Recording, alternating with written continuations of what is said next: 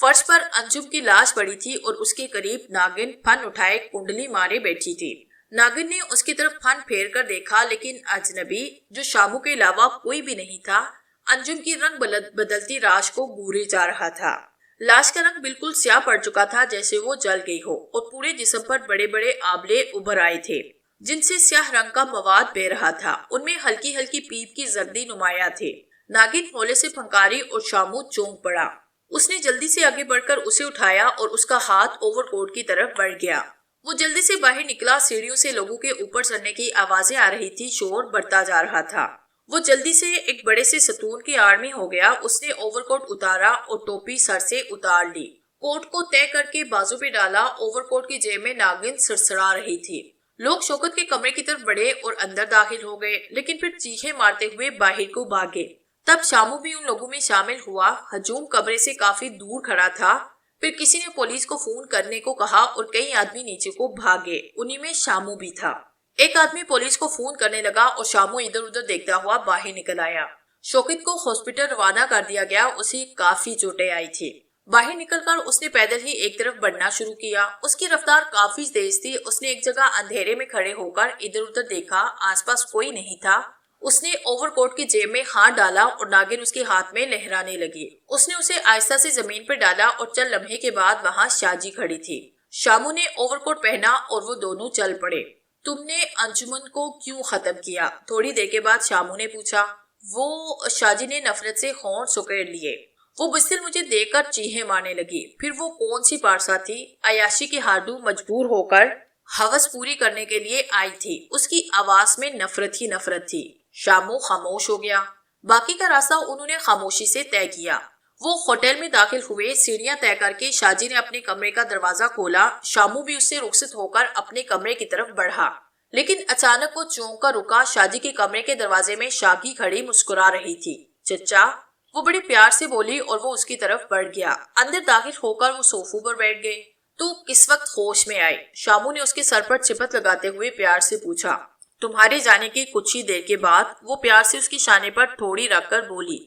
تھوڑی دیر کے بعد وہ ان سے رخصت ہو کر اپنے کمرے میں آیا اور بستر پر لیٹ کر آنکھیں بند کر لی۔ اب وہ کہاں ہے؟ شاجی نے پوچھا۔ ابھی تک ہاسپٹل میں ہے، اسے ایک خصوصی کمرے میں رکھا گیا ہے اور ہر طرف پولیس کا پہرا ہے۔ آصف نے ارباز سے پڑی ہوئی تفصیل دہرا دی۔ اس کا مطلب ہے ہمیں کچھ دیر کے لیے خاموشی اختیار کرنا پڑے گی۔ ظاہر ہے، آصف نے کہا۔ وہ سوچ میں ڈوب گئے اور آصف نے آہستہ سے نظر اٹھا کر شاگی کی طرف دیکھا۔ وہ بھی اسی کی طرف دیکھ رہی تھی۔ ان کی نظریں، پیار بھری نظریں ایک دوسرے پر جم گئی۔ شاگی خود کو خلاؤں میں پرواز کرتا محسوس کر رہی تھی۔ اسے آصف بہت اچھا لگنے لگا۔ اس کا جی چاہتا تھا کہ وہ اسی طرح بیٹھے ایک دوسرے کو دیکھتے رہیں۔ آصف کی آنکھیں اسے خاموش زبان سے بہت کچھ کہتی تھی اور وہ اس کے جواب میں اپنی نظروں کی مسکراہٹ سے آصف کو اقرار وفا کا یقین دلاتی تھی۔ وہ ایک دوسرے کی جانب تکتے رہے، لیکن دونوں کو معلوم نہ ہو سکا کہ شاجی آصف کے ماتھے پر نظریں جمائے ہوئے ہے۔ شامو کسی سوچ میں ڈوبا ہوا تھا۔ شاجی کی نظریں جیسے آصف کے دماغ میں گھسی جا رہی تھی۔ اس نے عجیب سی سنسناہٹ محسوس کی اور شاگی کی طرف سے نظریں گھما کر شاجی کی طرف دیکھا۔ اسے اپنی جانب دیکھتے پا کر وہ گھبرا سا گیا، لیکن شاجی کے ہونٹوں پر ایک حسین مسکراہٹ کھیلنے لگی۔ اس نے آصف کے ذہن سے شاگی کے متعلق ہر بات، ہر جذبے اور ہر خواہش کو جان لیا تھا۔ شاجی کو مسکراتا دیکھ کر آصف کچھ اور شرمندہ ہو گیا۔ تھوڑی دیر کے بعد وہ اٹھ کھڑا ہوا۔ مجھے اب اجازت دیجیے، وہ آہستہ سے بولا۔ اس کی پیشانی پر پسینے کے قطرے چمک اٹھے تھے۔ ان سے رخصت ہو کر وہ آہستہ آہستہ چلتا ہوا کمرے سے باہر نکل گیا۔ باہر نکلتے وقت اس کی نظریں شاگی کے حسین چہرے سے ناداستہ طور پر ٹکرائی۔ وہ کچھ بے چین سی ہو گئی، لیکن وہ کر بھی کیا سکتی تھی؟ پہلو بدل کر رہ گئی۔ شاجی نے مسکرا کر اس کی طرف دیکھا۔ وہ گھبرا سی گئی۔ ماں، میں اپنے کمرے میں جا رہی ہوں۔ وہ جواب سنے بغیر اٹھ کر دروازے سے باہر نکل گئی۔ وہ اس وقت شامو کے کمرے میں بیٹھے تھے۔ شاجی کی مسکراتی نظروں نے دروازے تک اس کا پیچھا کیا۔ شامو ششو پنج میں پڑ گیا۔ اس کی سمجھ میں نہیں آ رہا تھا کہ کیا معاملہ ہے۔ شام، تم نے کچھ دیکھا؟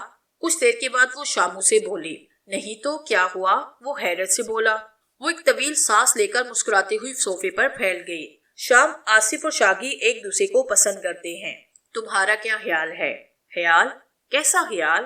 ان کی شادی نہ کرتی جائے؟ وہ لاپرواہی سے بولی۔ کیا؟ شامو حیرت سے بولا۔ ہاں، اس میں حرج ہی کیا ہے؟ لیکن تمہارے نزدیک کیا یہ معمولی بات ہے؟ شامو کے لہجے میں حیرت اور غصہ دونوں شامل تھے۔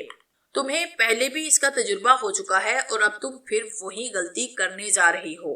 نہیں شام، اس پر میں غلطی نہیں کر رہی، میں نے آصف کا ذہن بڑھایا ہے، اس کے دل کی بات معلوم کر لی ہے۔ وہ کیا؟ وہ آگے کو جھکایا۔ اس کے ذہن میں شاگی کو اپنانے کی زبردست تمنا ہے، وہ اسے پوجنے کی حد تک دل ہی دل میں پیار کرتا ہے۔ شاگی اس کی زندگی میں داخل ہونے والی پہلی اور آخری لڑکی ہے، اور جانتے ہو جب اس نے مجھے اپنی طرف دیکھتے ہوئے پایا تو اس کے ذہن میں کیا خیال آیا تھا؟ کیا؟ شامو نے دلچسپی سے پوچھا۔ وہ سوچ رہا تھا میں کتنی ذلیل حرکت کر رہا ہوں۔ شاگی کی ماں نے مجھے دیکھا، وہ نہ جانے اپنے دل میں کیا سوچ رہی ہوگی۔ آئندہ میں ان کے سامنے شاگی کو کبھی نظر اٹھا کر نہیں دیکھوں گا۔ شامو اس کی باتیں سن کر کچھ سوچنے لگا۔ شاہ جی، ایک بات کہوں؟ وہ کچھ دیر کے بعد بولا۔ وہ اس کی طرف دیکھنے لگی۔ تم ایسا کرو، انہیں کچھ دیر کے لیے تنہائی میں ملنے دو اور خود چھپ کر دیکھتے ہیں، آصف کی فطرت سامنے آ جائے گی۔ شاہ جی نے کچھ سوچ کر سر ہلایا۔ ٹھیک ہے، وہ راضی ہو گئی۔ بس تو یہ کام ہو جائے گا تب آگے بتاؤں گا، وہ بولا۔ اس کا مطلب ہے آگے بھی کوئی بات ہے؟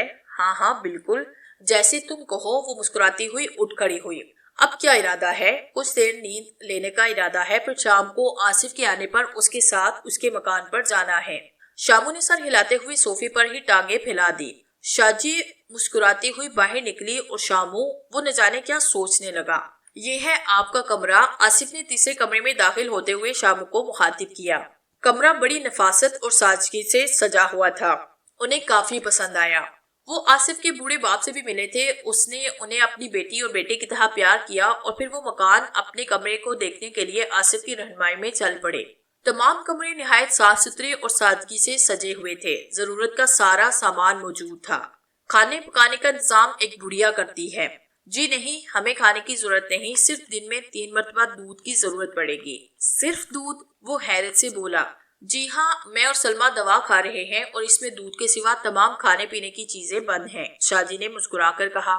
جیسے آپ کی خوشی، وہ شانے اچکا کر بولا۔ دودھ آپ کو مل جایا کرے گا، اور وہ سب آصف کے کمرے کی طرف چل پڑے۔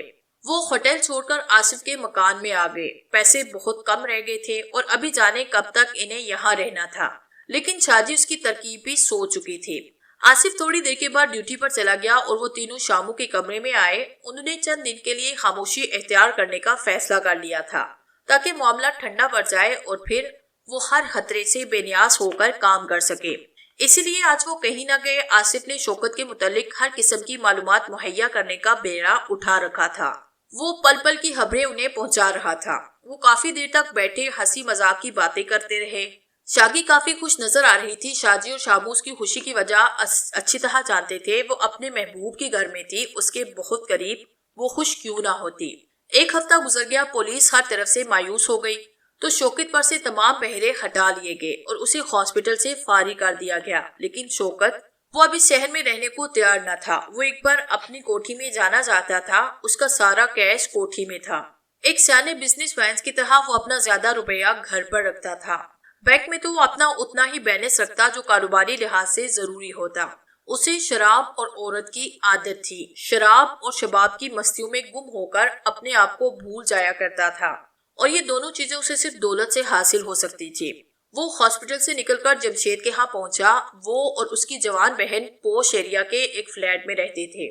وہ بھی ماڈرن تہذیب کے دلدادہ تھے، وہ اس لیے شوکت کے گہرے دوستوں میں سے تھے۔ ماں باپ بہن بھائی کوئی نہ تھا۔ جمشید شوکت کی مل میں مینیجر تھا۔ اس کی بہن کا نام نجمہ تھا، اور نجمہ کی وجہ سے ہی شوکت جمشید پر خاص نظر کرم کرتا تھا۔ وہ جمشید کی کوٹھی میں داخل ہوا، بیل دی۔ کچھ دیر کے بعد ایک نوکر نے دروازہ کھولا۔ جمشید ہے؟ شوکت نے پوچھا۔ جی نہیں، وہ ابھی مل سے نہیں آئے، اس نے اسے پہچان کر کہا۔ نجمہ بی بی اپنے کمرے میں موجود ہے، نوکر دبے لہجے میں بولا، اور شوکت کے انگ انگ میں مستی بڑھ گئی۔ وہ اندر داخل ہوا، نوکر دروازہ بند کر کے ایک طرف بڑھ گیا اور وہ نجمہ کے کمرے کے دروازے پر رک گیا۔ اندر سے کوئی آواز نہیں آ رہی تھی۔ اس نے دستک دی۔ کون؟ اندر سے ایک سریلی آواز ابھری۔ شوکت نے ہونٹوں پر مسکراہٹ بیٹھتے ہوئے کوئی جواب دیے بغیر پھر دروازے پر دستک دی۔ بھائی کون ہے؟ اندر سے پھر ایک آواز آئی۔ شوکت نے پھر وہی حرکت کی۔ کیا مصیبت ہے؟ بستر پر سے کسی کے اترنے اور پھر فرش پر چپل گھسیٹنے کی آواز آئی۔ پھر ایک جھٹکے سے دروازہ کھلا۔ کون؟ اس کی آواز رک گئی۔ سامنے شوکت کھڑا مسکرا رہا تھا۔ آپ؟ اس کا سارا غصہ ٹھنڈا ہو گیا۔ شوکت مسکراتا ہوا اندر داخل ہوا۔ نجمہ نے دروازہ بند کیا اور اس کے پاس ہی صوفے پر بیٹھ گیا۔ ہاسپٹل سے کب آئے؟ شوکت نے اسے کھینچ کر گود میں گرایا۔ آج ہی، لیکن چھوڑو اس تذکرے کو، اور وہ اس پر جھک گیا۔ نہیں جمشید، مجھے اب اس کوٹھی سے خوف آتا ہے۔ تو میرے سیف کی چابیاں لے جاؤ اور تمام روپیہ نکال لاؤ۔ اس نے کوٹ کی جیب سے چابیاں نکال کر اسے دے دی۔ اور اگر کوئی وہاں مجھ سے ٹکرا گیا تو؟ جمشید نے مذاق سے کہا۔ نہیں، تم سے کسی کو کیا پرخاش ہو سکتی ہے؟ تو تمہاری کس سے دشمنی ہے؟ میری سمجھ میں خود نہیں آتا کہ آخر کون میری زندگی کے در پہ کیوں ہو گیا ہے، وہ فکر مند لہجے میں بولا۔ بہرحال اس وقت تو رات کے 8 بجے ہیں، صبح جاؤں گا، جمشید نے کہا اور چابیاں جیب میں ڈال لی۔ ٹھیک ہے، شوکت نے رضامندی کا اظہار کیا۔ کلب چلیں؟ جمشید اٹھ کھڑا ہوا۔ چلو۔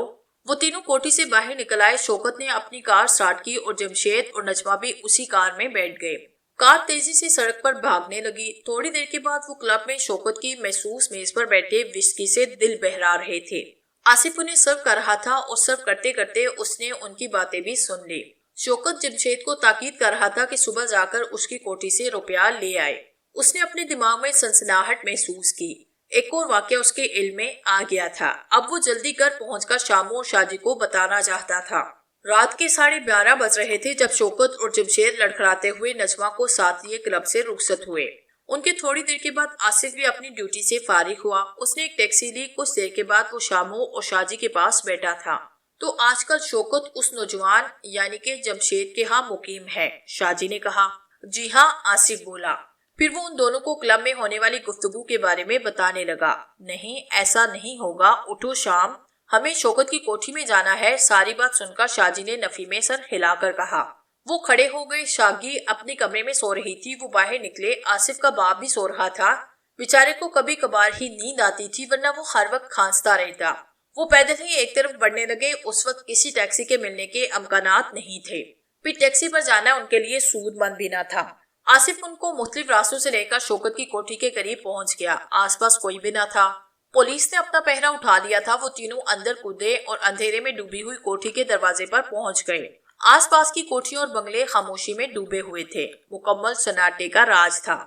آصف نے جیب سے ٹارچ نکالی اور دروازے پر پڑے ہوئے تالے پر اس کی روشنی پڑی۔ اس نے پلٹ کر ادھر ادھر دیکھا اور جلدی سے کمرے کی کھڑکی کی طرف بڑھا۔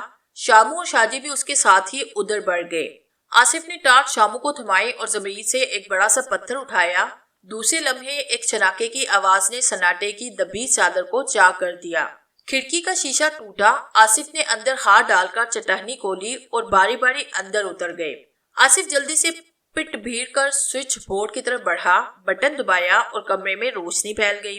انہوں نے کمرے میں نگاہ دوڑائی اور قسمت کی مہربانی پر ان کے منہ سے ایک اطمینان بھری سانس خارج ہوئی۔ وہ شوکت کے کمرے میں کھڑے تھے، وہی کمرہ جس میں ایک مرتبہ شاجی اس کی زندگی کے بھیانک ترین لمحات کو جنم دے چکی تھی۔ انہوں نے ایک دوسرے کو دیکھا اور آصف آہستہ آہستہ چلتا ہوا ایک طرف دیوار میں بنی سیف کی طرف بڑھ گیا۔ سیف میں بنا ہوا چابی کا سوراخ دیکھتے ہی وہ کچھ سوچنے لگا۔ سیف کو کھولنا کوئی آسان کام نہیں تھا۔ شامو بھی سوچ میں پڑ گیا، لیکن شاجی بے فکری سے ایک صوفے پر بیٹھی تھی۔ انہوں نے سیف کو کھولنے کی بڑی کوشش کی لیکن ناکام رہے۔ تھک کر وہ بھی صوفے پر بیٹھ گئے۔ شاجی نیمہ آنکھوں سے ان کی طرف دیکھ رہی تھی۔ آصف ان کی ناجائز اور خطرناک سرگرمیوں کے بارے میں سوچ رہا تھا۔ وہ اپنی محبت، اپنی چاہت، شاگی کی وجہ سے ان کا ساتھ دینے پر مجبور تھا اور شاجی اس کے ذہن کو پرکھ رہی تھی۔ پھر شاجی کی آواز ابھری، آصف۔ آصف نے چونک کر سر اٹھایا۔ شاجی صوفے سے اٹھ کھڑی ہوئی۔ آصف کی نظریں شاجی کی نظروں سے ٹکرائی اور اس کا ذہن جنجنا اٹھا۔ شاجی کی نظریں، شعلے برساتی نظریں آصف کے دماغ میں گھسی جا رہی تھی۔ اس کا دماغ سن ہو کر رہ گیا، سارے جسم میں سے طاقت ختم ہو گئی۔ شامو بھی اس کی طرف متوجہ ہو گیا۔ آصف، تم شاگی کو چاہتے ہو؟ شاجی کی پرسکون آواز ابھری۔ ہاں۔ تم اسے کتنی محبت کرتے ہو؟ اتنی جتنی کوئی نہیں کر سکتا، کوئی بھی نہیں۔ اس کی آواز جیسے گہرے کنویں سے آ رہی تھی۔ تم اس کے لیے کیا کر سکتے ہو؟ جان دے سکتا ہوں، وہ اسی لہجے میں بولا۔ تو پھر سنو، غور سے سنو۔ شاجی کی آواز میں تحکم آ گیا۔ آج کے بعد تم خود کو ہمارا ساتھی تصور کرے گے۔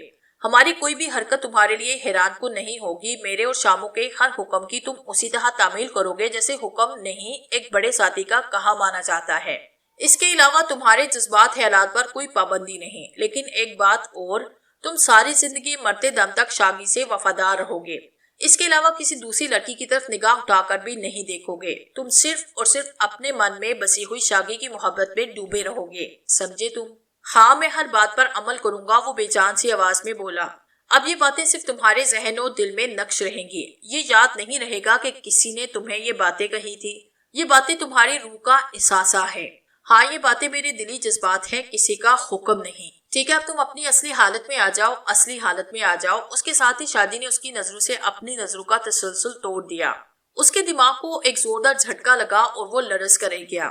شاجی نے ایک طویل سانس لے کر شامو کی طرف دیکھا۔ وہ سر ہلا رہا تھا جیسے سب کچھ اس کی مرضی کے مطابق ہوا ہو۔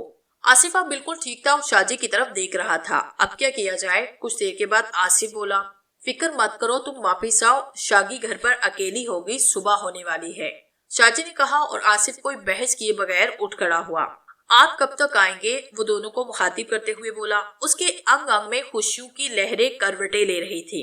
وہ شاگی سے کھل کر بات کر سکے گا۔ کام ختم کر کے ہم فوراً گھر پہنچیں گے۔ بہت بہتر۔ وہ آہستہ سے کھڑکی سے کود کر نکل گیا۔ شاجی صوفے پر شامو کے پاس آ بیٹھی۔ کیوں کیسا رہا؟ وہ اس کی طرف دیکھ کر بولے۔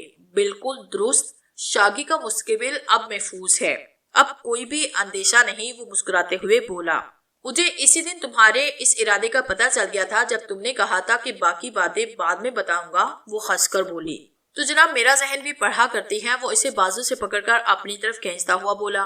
وہ خستی ہوئی اس سے سینے سے آ لگی۔ شامو نے اس کی زلفوں کو چوما اور شاجی نے اس کے سینے پہ سر رکھ دیا۔ شاجی، صبح ہو گئی ہے، شامو نے دوسرے کمرے میں پھیلی ہوئی ہلکی ہلکی روشنی پھیل کر دیکھا۔ پھر وہ اسی طرح بولی، ارے پھر کیا سیف کھولنا ہے؟ اور شاجی کھولے سے اس سے علیحدہ ہوئی۔ پھر اس نے آہستہ آہستہ شامو کو کچھ سمجھانا شروع کیا۔ اس نے پوری بات سن کر رضامندی کے انداز میں سر ہلایا۔ ٹھیک ہے، وہ بولا۔ پھر چند لمحوں کے بعد شامو کے سامنے صوفے پر ناگن کنڈلی مارے بیٹھی تھی۔